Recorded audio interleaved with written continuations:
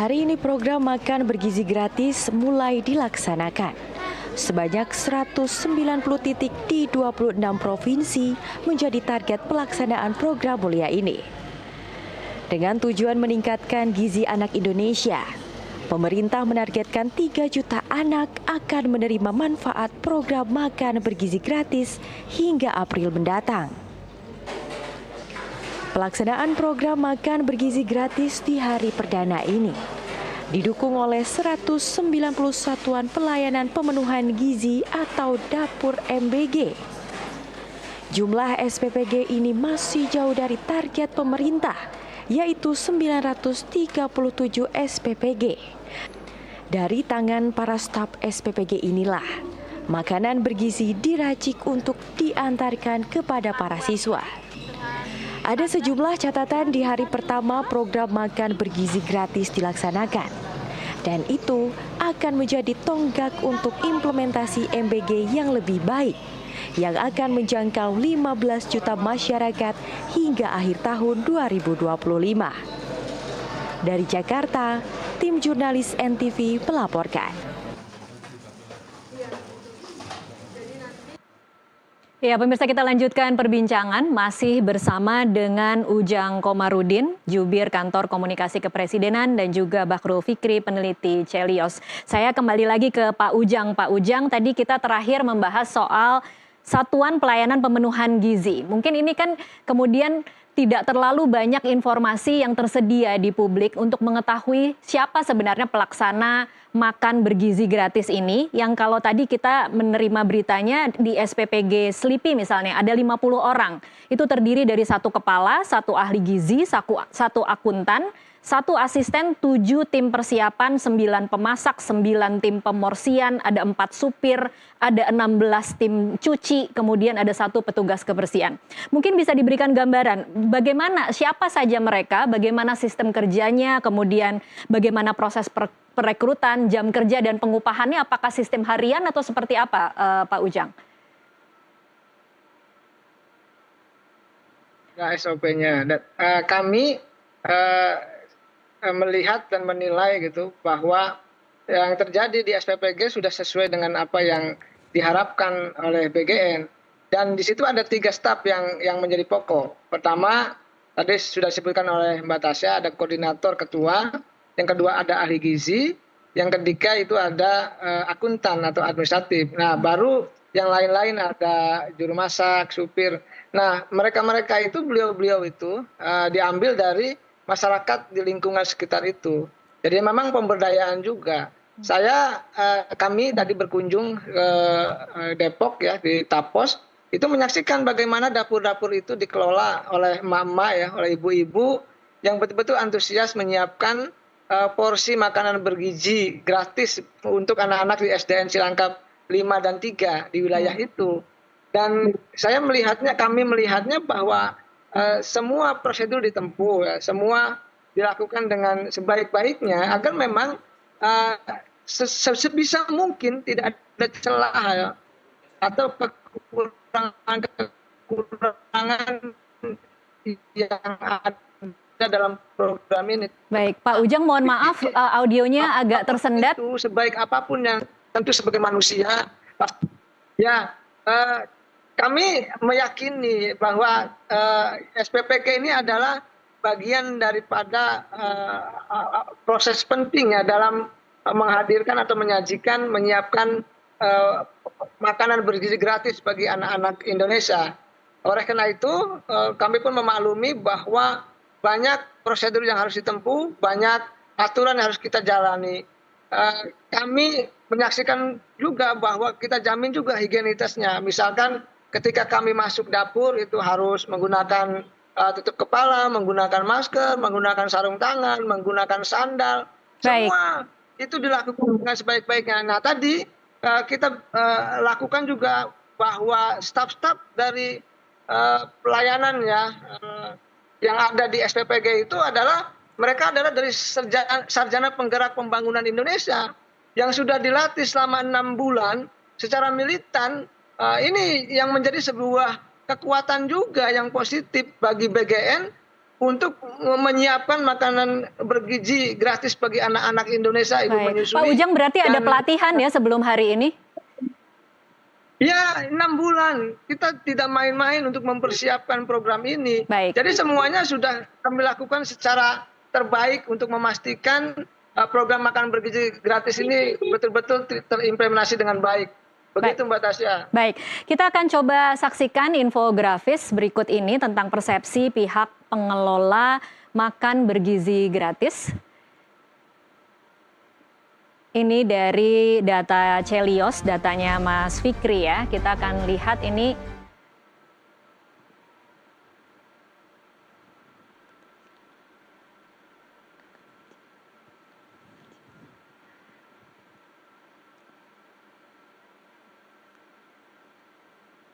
Ini persepsi pihak pengelola program MBG. 53% kombinasi dari berbagai pihak. Kemudian 28% dari pemerintah pusat, kemudian 11% dari pemerintah daerah. 4%-nya dari organisasi non pemerintah. Ini mungkin mungkin saya ke Mas Fikri sekarang. Mungkin ada catatan tentang SPPG ini, Mas Fikri? Iya, terima kasih Pak kesempatannya.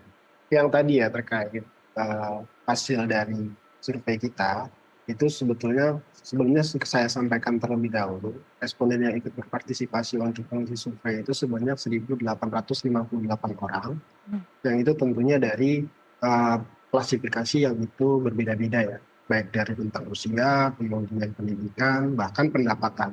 Baik, Mas Fikri, hanya untuk memastikan karena saya tahu data Anda menunjukkan bahwa kelompok kelas bawah sangat positif responnya terhadap kebijakan ini, sementara kelompok kelas atas justru kritis terhadap kebijakan makan bergizi gratis ini. Nah, responden Anda mewakili komposisi yang berimbangkah dari dua kelompok masyarakat ini?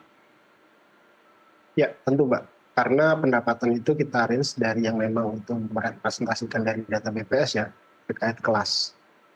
Gitu, dari kelas ekonomi, dari kelas garis miskin gitu ya, atau yang di bawah garis kemiskinan sampai rentan miskin, kemudian menengah sampai atas, yang pendapatannya itu di atas 10 juta ke atas, gitu ya. Baik, jadi tidak hanya banyak dari kelompok menengah atas yang ikut survei ini ya? Iya, betul. Oke, silakan Mas dilanjutkan. Oke, jadi dari hasil survei kita memang itu sekitar 11% sebetulnya itu responden itu percaya bahwa pemerintah daerah sebaiknya mengelola program ini gitu. Jadi pemerintah ada 11% responden yang itu percaya bahwa pemerintah daerah saja, cukup pemerintah daerah saja yang itu melaksanakan program ini. Jadi tidak perlu ada keterlibatan dari pemerintah pusat. Cukup hanya dari pemerintah pusat itu terkait pendanaan saja pemerintah daerah, lalu kemudian pemerintah daerah ini yang kemudian mendistribusikan kepada sekolah-sekolah tadi keuangannya, dan kemudian sekolah-sekolah ini tadi yang itu mengimplementasikan bagaimana cara pendistribusiannya, produksi makanannya, dan lain-lain. Nah, memang ada 53% itu yang memang menjawab bahwa ini harus ada kombinasi dari beberapa pihak. Nah, ini sebetulnya inline dengan framework yang ada di negara-negara yang sudah melakukan program MBG. Contoh saja misalkan ada di Chile gitu ya, atau di Brazil, atau di Mali, atau di India gitu ya. Itu banyak sekali skema dari pendistribusian atau implementasi yang dilakukan di negara-negara tersebut itu melibatkan seluruh pihak. Bahkan di India sendiri itu ada steering committee yang itu melibatkan dari seluruh wali murid, artinya dari orang tua siswa, kemudian dari guru atau wali kelas, kemudian dari pihak sekolah, yang itu kemudian diisi juga di situ dari ahli gizi, kemudian ada juga dari pihak-pihak yang lainnya yang itu ikut memantau bagaimana perkembangan ke depannya. Baik. Jadi jelas terkait skema atau mekanisme dari Monef-nya sendiri atau monitoring dan evaluation-nya. Jadi di sisi ini, di titik ini Mas Fikri, sebenarnya yang dilakukan pemerintah saat ini sudah tepat dong ya? Oke, sebetulnya begini, yang paling penting adalah bagaimana skema distribusinya. Karena skema distribusi hari ini itu masih menggunakan skema yang ini saya lihat rantai birokrasinya sangat panjang, gitu ya. Jadi masih banyak keterlibatan pemerintah pusat yang itu sebetulnya tidak diperlukan gitu di dalam program ini gitu. Nah, kemudian juga di tingkatan pemerintah daerah dan instansi daerah, itu juga banyak yang tidak perlu terlibat juga. Yang saya pikirkan tadi adalah kenapa ada keluhan-keluhan di hari pertama ini, contoh ya misalkan ya, ada anak yang itu bahkan dihimbau oleh guru-gurunya gitu ya, untuk tidak menyebarluaskan atau tidak boleh memberikan feedback terkait kekurangan makanan yang didapatkan oleh anak ini. Di daerah mana itu Mas Fikri? Jadi, ada. Di Jakarta atau di luar Jakarta? Di Jakarta juga ada, di luar Jakarta juga ada. Jadi ada beberapa media berita yang itu memberitakan juga terkait hal ini. Jadi bahkan sampai presenternya itu menanyakan kepada anaknya kenapa nggak habis. Bahkan ada juga yang mengeluhkan, artinya anak ini mengeluhkan kualitas dari rasanya juga itu bermasalah. Oke. Karena ketika satu anak ini tadi ditanya kenapa nggak habis, ternyata dia jawabannya ayam ini nggak enak, Mbak. Nah, jadi gitu.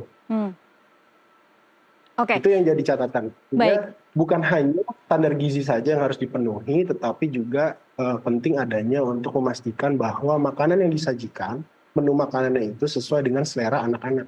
Nah, ini penting. Iya, itu tantangan tambahan ya berarti Mas Fikri, karena anak-anak kan juga memang sulit untuk kemudian dipuaskan. Bagaimana caranya membuat anak bisa makan sayur misalnya, itu juga sesuatu yang tidak mudah kan.